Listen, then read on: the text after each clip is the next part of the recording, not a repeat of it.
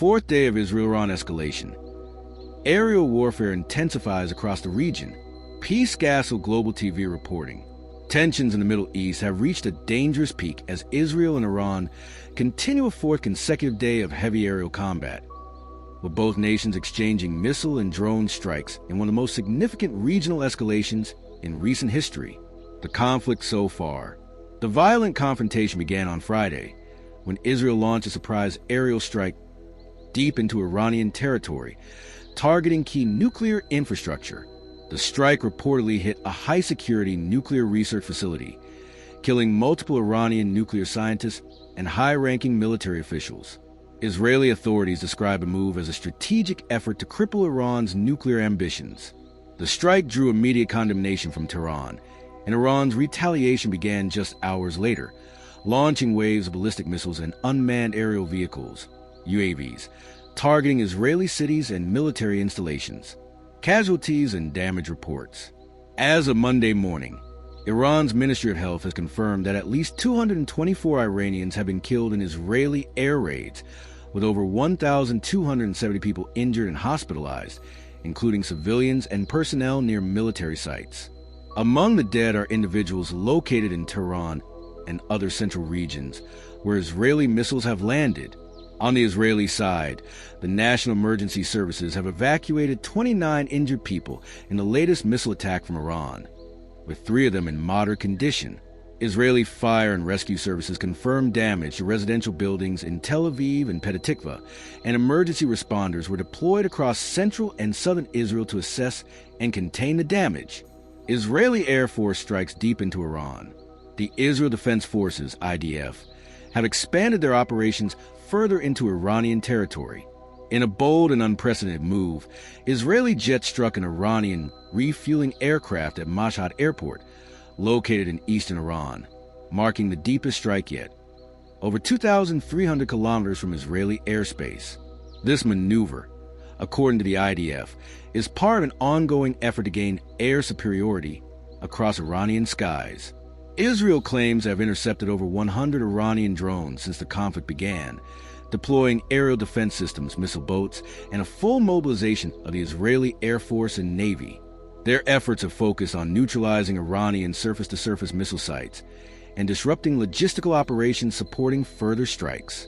Missile sirens and civilian alerts. On Monday, warning sirens blared across multiple cities in Israel, including Tel Aviv and Jerusalem, as fresh waves of Iranian missiles approached. The IDF issued public alerts, urging all residents to enter protected spaces and remain there until further notice. In a statement, the military said, the Air Force is operating to intercept and strike where necessary to eliminate the threat.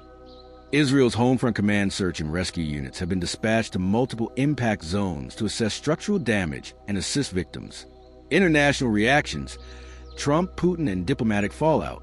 While Israel continues its offensive, U.S. officials have clarified that Washington played no role in Friday's preemptive strike. A senior American source confirmed that President Donald Trump declined an Israeli request to authorize a targeted killing of Iran's Supreme Leader Ayatollah Ali Khamenei, despite being informed of strategic opportunity. Trump reiterated that the United States is not currently involved in the hostilities, but added, "It's possible we could get involved," hinting at a possible shift depending on how the conflict evolves. Surprisingly, Trump revealed that Russian President Vladimir Putin has reached out to offer mediation. "He called me. We had a long talk about it. He's ready," Trump said during a press briefing. Iran's perspective in response. Iranian Foreign Minister Abbas Araghchi, speaking to a room full of international diplomats in Tehran, firmly rejected U.S. claims of neutrality, saying, "We don't believe the U.S.'s denial of involvement." Araghchi condemned Israel's strikes on nuclear infrastructure, claiming such actions breach international law and global nuclear treaties. He warned that the international community's silence would open the door to future violations by other nations. Iran labeled its own military response as legitimate self-defense, asserting that it had targeted economic and military sites inside Israel, including an attack on Saturday night described as aimed at strategic economic zones. The foreign minister also accused Israel of sabotaging nuclear negotiations with the U.S. by launching the Friday strike just before planned diplomatic talks in Oman, stating, "It is clear the Israeli regime does not want peace, diplomacy, or any nuclear agreement. Their attack proves they are actively working to destroy any chance of negotiations. What's been hit so far?"